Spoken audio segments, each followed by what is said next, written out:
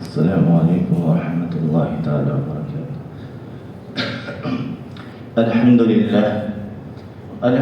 لله نحمده ونستعينه ونستغفره ونؤمن به ونتوكل عليه ونعوذ بالله من شرور أنفسنا ومن سيئات أعمالنا. من يهده الله فلا مضل له ومن يضلله فلا هادي له ونشهد أن لا إله إلا الله ونشهد أن سيدنا ونبينا مولانا محمدا عبده ورسوله الذي أرسل رسوله بالحق بشيرا ونذيرا وداعيا إلى الله بإذنه وسراجا منيرا. وصلى الله تعالى وسلم تسليما كثيرا. قال الله تعالى في القرآن المجيد والفرقان الحميد: أعوذ بالله من الشيطان الرجيم.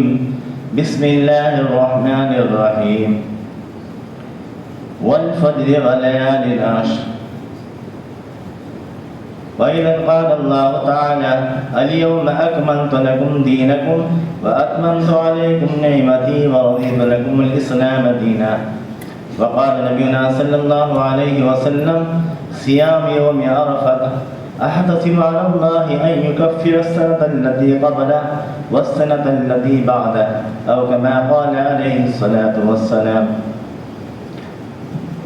محترم سامعین کرام، معزز بزرگوں، دوستوں، آپ سبھی حضرات کو معلوم ہے کہ ماہ ذی الحجہ کا پہلا عشرہ چل رہا ہے، اور یہ ماہ ذی الحجہ کا جو پہلا عشرہ ہے، اللہ تبارک و تعالیٰ کو عمل کرنے کے لیے تمام دنوں میں سب سے زیادہ محبوب اور پسندیدہ عشرہ ہے۔ یہ جو ایام اللہ سبحانہ و تعالیٰ کو سب سے زیادہ پسندیدہ ہے عمل کے لیے۔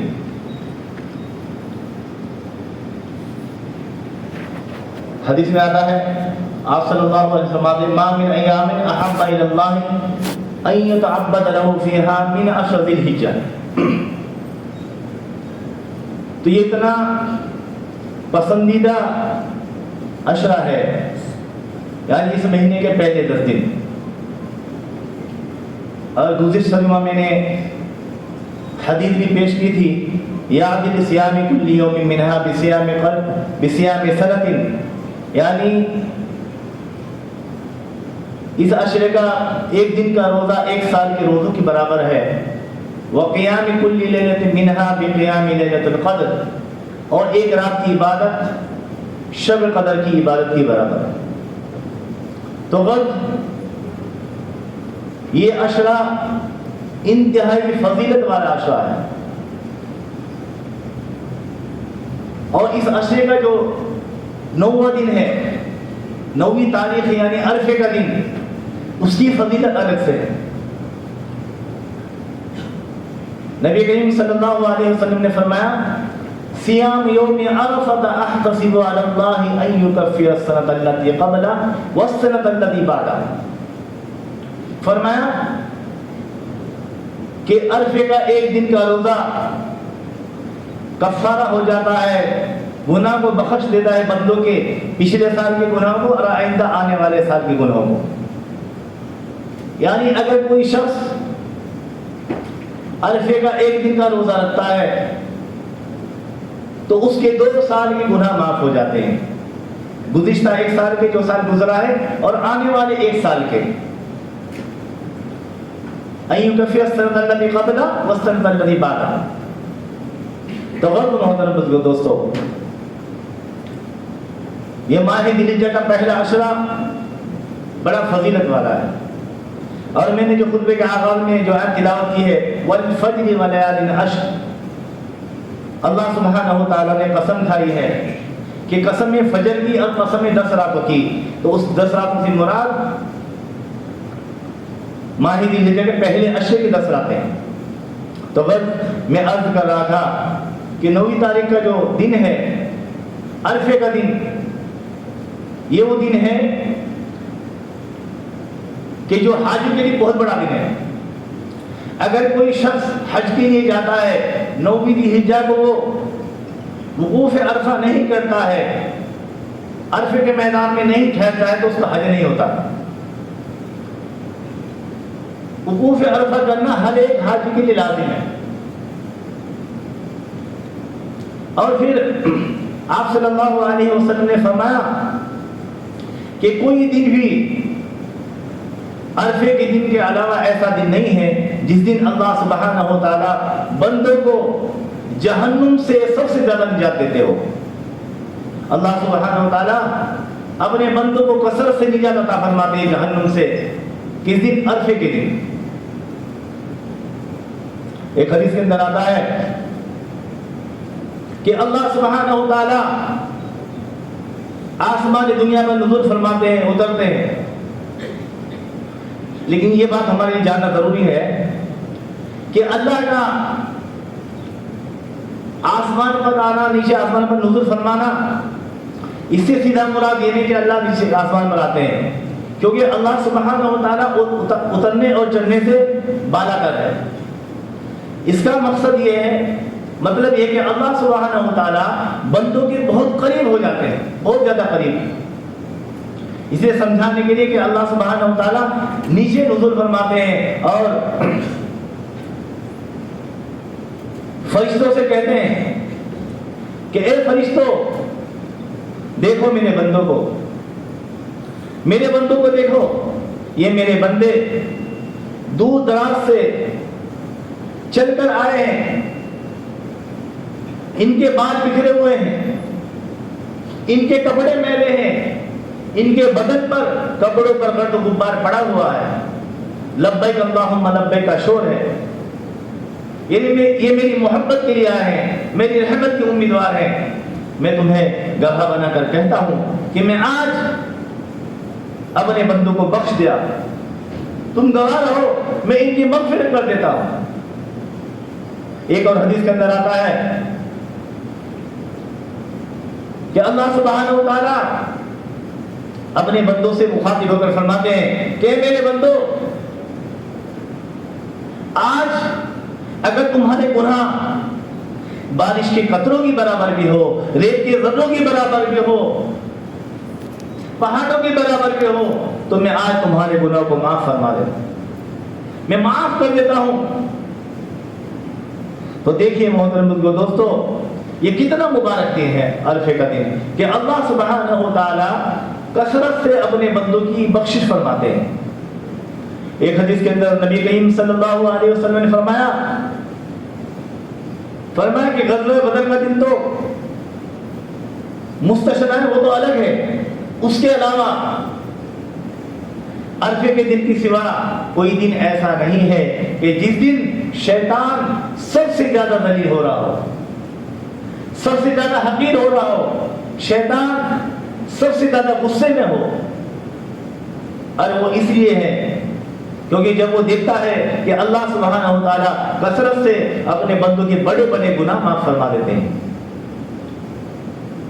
اللہ سبحانہ و تعالیٰ کثرت سے اپنے بندوں کی بخشش فرماتے ہیں, اللہ سبحانہ و تعالیٰ اپنے بندوں پر کثرت سے رحمت نازل فرماتے ہیں, تو شیطان کو غصہ آتا ہے, شیطان بڑا ذلیل ہو جاتا ہے, حقیر ہو جاتا ہے کہ تو نے پورے سال محنت کی, لوگوں کو بہکایا, ورگلایا, گمراہ کیا, لیکن اللہ کی رحمت کے ایک جھونکے میں ان کے تمام گناہ معاف ہو گئے, اللہ نے بخشش فرما دی.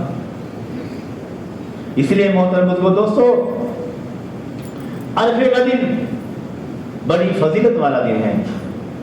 اس لیے ہمیں چاہیے کہ ہم ویسے تو پوری عشر کی ہم قدر کریں, روزہ رکھیں, نیک اعمال کریں, لیکن خاص کر جب عرفے کا دن آتا ہے تو اس دن روزہ رکھیں, کیونکہ عرفے کے دن کا روزہ 2 سال کے گناہوں کا کفارہ ہو جاتا ہے.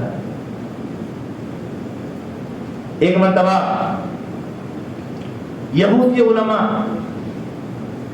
علماء حضرت عمر رضی اللہ عنہ سے ملے اور کہنے لگے کہ عمر, آپ قرآن میں ایک آیت پڑھتے ہو, قرآن میں ایک آیت پڑھتے ہو، اگر وہ آیت ہمارے اوپر نازل ہو جاتی، ہماری تورات میں ہوتی، تو ہم اس دن عید کا دن مناتے، ہم خوشی مناتے۔ حضرت عمر رضی اللہ عنہ نے عرض کیا کہ بتاؤ وہ کون سی آیت ہے؟ تو یہودی علماء نے کہا تو یہ آیت ہے، آپ پڑھتے ہیں قرآن میں، الیوم اکملت لکم دینکم واتممت علیکم نعمتی ورضیت لکم الاسلام دینا۔ اس آیت میں اللہ نے تمہارے دین کو مکمل کر دیا۔ تو حضرت عمر رضی اللہ عنہ فرماتے ہیں مجھے معلوم ہے کہ یہ آیت کب کس وقت نازل ہوئی۔ اس وقت ہمارے یہاں دو عیدیں جمع تھی، ایک جمعے کے دن کی عید، جمعے کا دن وہ بھی مسلمان کے لیے عید کا دن ہے، اور ایک عرفے کا دن وہ حاجی کے لیے عید کا دن ہے۔ اور یہ آیت جمعے کے دن عصر کے وقت میدان عرفات میں عرفے کے دن نازل ہوئی، جب آپ صلی اللہ علیہ وسلم قصوہ نامی اونٹ پر سوار تھے، جب اللہ سبحانہ وتعالیٰ نے اس آیت کو نازل فرمایا، جس کا مفہوم ہے اللہ سبحانہ وتعالیٰ فرماتا ہے الیوم اکملت لکم دینکم واتممت علیکم نعمتی ورضیت لکم الاسلام دینا، کہ آج کے دن میں نے تمہارے دین کو مکمل کر دیا۔ آج کے دن میں نے، اللہ سبحانہ وتعالیٰ مسلمانوں سے خطاب فرما رہے ہیں کہ مسلمانوں آج کے دن میں نے تمہارے لیے تمہارے دین کو کامل و مکمل بنا دیا، وَأَتْمَمْتُ عَلَيْكُمْ نِعْمَتِي، اور میں نے تم پر انعام پورا کر دیا، وَرَضِيتُ لَكُمُ الْإِسْلَامَ دِينًا، اور میں نے اسلام کو تمہارے لیے دین بننے کے لیے پسند کر لیا، میں راضی ہو گیا دین سے۔ اس کے بعد تمہارے لیے کوئی دوسرا دین تجویز نہیں کیا جائے گا، اس دین کو منسوخ نہیں کیا جائے گا، قیامت تک یہی دین رہے گا، دین اسلامی رہے گا، اس کے علاوہ کوئی دوسرا دین نہیں آئے گا، یہ دین منسوخ نہیں ہوگا، یہی تمہارے لیے تجویز کر لیا گیا قیامت تک کے لیے، یہی میں نے پسند کیا، وَرَضِيتُ لَكُمُ الْإِسْلَامَ دِينًا۔ تو غرض محترم کو دوستو، اللہ سبحانہ وتعالیٰ نے عرفے کے دن اس دین کو مکمل کیا، اليوم اکملت لکم دینکم واتممت علیکم نعمتی، اللہ نے اپنے انعام کو پورا کر دیا، ورضیت لکم الاسلام دینا، اور اللہ نے دین اسلام کو دین بننے کے لیے پسند کر لیا، ہمیشہ ہمیشہ کے لیے۔ تو غرض محترم کو دوستو، یہ سعادت عرفے کے دن کو حاصل ہوئی، اس لیے عرفے کا دن بڑا ہی مبارک اور فضیلت والا دن ہے۔ تو جب ہم اس دن کو پائے، ہم اس میں عبادت کریں، روزہ رکھیں، اور ایک اور عمل شروع ہوتا ہے اس دن سے، وہ ہے تکبیر تشریق، یعنی عرفے کے فجر سے لے کر ذی الحجہ کی 13ویں تاریخ کی عصر تک یہ عمل ہے تکبیر کا، کہ جب ہم فرض نماز پڑھے، چاہے جماعت سے پڑھے چاہے الگ سے پڑھے، سلام پھیرنے کے بعد اللہ اکبر اللہ اکبر لا الہ الا اللہ واللہ اکبر اللہ اکبر وللہ الحمد کہیں۔ 5 دن عرفے کی فجر سے لے کر 13 تاریخ کی عصر تک عورتیں گھر میں نماز پڑھتی ہے تو وہ بھی کہیں، وہ آہستہ آواز سے کہیں، مرد زور آواز سے اس تکبیر کو پڑھیں۔ تو محترم دوستو، یہ فضیلت ہے 9ویں تاریخ یعنی ذی الحجہ کی 9ویں تاریخ کی عرفے کے دن کی۔ پھر اگلا دن ہوتا ہے 10ویں ذی الحجہ، اس میں بھی ایک عمل ہے جو اللہ کو سب سے زیادہ پسند ہے، جس کے بارے میں نبی کریم صلی اللہ علیہ وسلم نے فرمایا ما عمل ابن آدم من عمل یوم النحر، ما عمل ابن آدم من عمل یوم النحر احب الى اللہ من احراق الدم وان الدم لا يقع من اللہ بمکان قبل ان يقع بالارض فطيب بها نفسه۔ وہ عمل ہے، آپ صلی اللہ علیہ وسلم فرماتے ہیں کہ 10ویں ذی الحجہ کو یعنی بقرعید کے دن اللہ سبحانہ و تعالیٰ کو سب سے زیادہ پسندیدہ جو عمل ہے وہ ہے خون بہانا، یعنی قربانی کرنا۔ اس دن اللہ سبحانہ و تعالیٰ کو کوئی بھی عمل پسندیدہ نہیں ہے، چاہے آپ 1 کروڑ روپے زکوٰۃ دو، صدقہ دو، کتنے اچھے کام کرو، اس کے مقابلے میں کوئی بھی عمل اللہ کو پسندیدہ نہیں ہے۔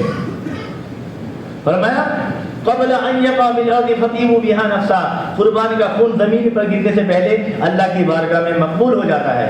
فطیبوا بها نفسا، بس تم لوگ قربانی کر کے دل خوش کیا کرو. تو یہ بہت بڑا عمل ہے. کیا ہے وہ؟ خون بہانا، قربانی دینا. یہ اللہ کو بڑا پسندیدہ. اللہ سبحانہ و تعالیٰ سورہ کوثر میں فرماتے ہیں فَصَلِّ لِرَبِّكَ وَانْحَرْ، اپنے رب کے لیے نماز پڑھیے، وانحر، اور قربانی کیجیے. اللہ سبحانہ و تعالیٰ سب سے چھوٹا سورہ جو ہے قرآن میں سورہ کوثر، اس میں اس کا حکم دیتے ہیں. اور ایک اور جگہ فرماتے ہیں لَن يَنَالَ اللَّهَ لُحُومُهَا وَلَا دِمَاؤُهَا وَلَكِنْ يَنَالُهُ التَّقْوَىٰ مِنكُمْ. فرمایا کہ جو تم قربانی کرتے ہو، اللہ کے پاس اس قربانی کا نہ خون پہنچتا ہے نہ گوشت پہنچتا ہے، بس اللہ تمہارے تقوی کو دیکھتے ہیں. وَلَكِنْ يَنَالُهُ التَّقْوَىٰ مِنكُمْ، تمہارا تقوی پہنچتا ہے. اللہ دیکھتے ہیں کہ میرا بندہ میرے لیے قربانی دے رہا ہے یا نہیں دے رہا ہے. تو ہمیں چاہیے کہ ہم میں جن پر قربانی واجب ہے وہ قربانی ضرور کریں. اب قربانی کن پر واجب ہے؟ قربانی کا مسئلہ ہے کہ جن پر زکوٰۃ فرض ہے ان پر قربانی واجب ہے. لیکن فرق یہ ہے کہ زکوٰۃ کے لیے 1 سال کا گزر جانا شرط ہوتا ہے. جو مالی کے نصاب ہے، مالی کے نصاب کون ہوتا ہے؟ جس کے پاس 86.5 گرام سونا ہو، یا اس کی قیمت کے برابر روپیہ پیسہ ہو، یا 612 گرام چاندی ہو، یا اس کی قیمت کے برابر روپیہ پیسہ ہو. تو اگر اتنی ملکیت ہے، زکوٰۃ کے لیے مسئلہ ہے کہ 1 سال اس کے اوپر گزر جانا چاہیے. لیکن قربانی کے لیے ایسا نہیں ہے. قربانی کے لیے اگر 1 دن پہلے بھی اتنی ملکیت حاصل ہو جائے یا اس دن بھی ہو جائے تو پھر قربانی واجب ہے. تو ایسا شخص مالی کے نصاب ہے. تو ایسے شخص کو چاہیے کہ وہ اللہ کی بارگاہ میں قربانی دے، کیونکہ قربانی کا عمل بڑا عمدہ عمل ہے. آپ صلی اللہ علیہ وسلم نے فرمایا من وجد سعة لأن يضحي فلم يضحي فلا يحضر مصلانا.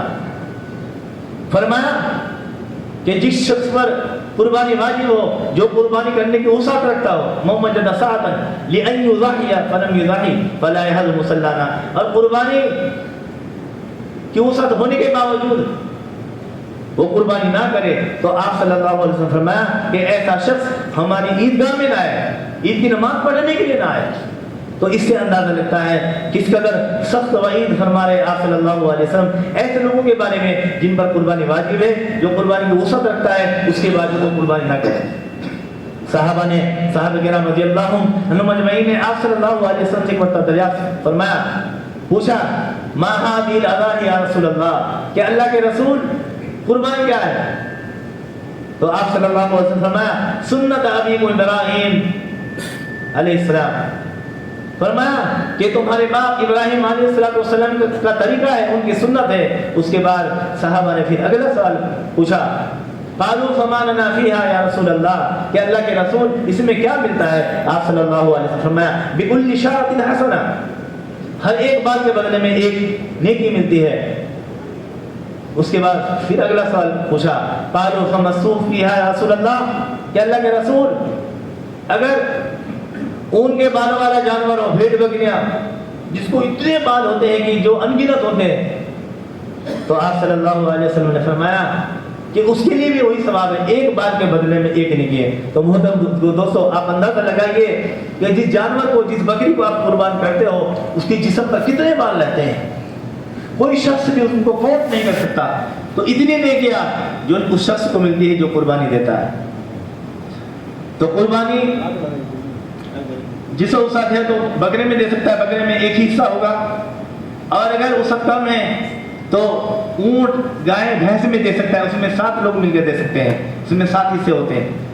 تو اس لیے محترم دوست، ہمیں چاہیے کہ ہم عرفے کے دن کا روزہ رکھیں، زیادہ سے زیادہ نیک عمل کریں، اور اس طرح سے ہم میں جن اشخاص پر قربانی واجب ہے وہ قربانی ادا کریں. دعا ہے کہ اللہ سبحانہ و تعالی ہم سب کو زیادہ سے زیادہ نیک عمل کرنے والا بنائیں، اور کہنے سننے سے زیادہ عمل کرنے کی توفیق عطا فرمائیں. آمین. وآخر دعوانا الحمد للہ رب العالمین.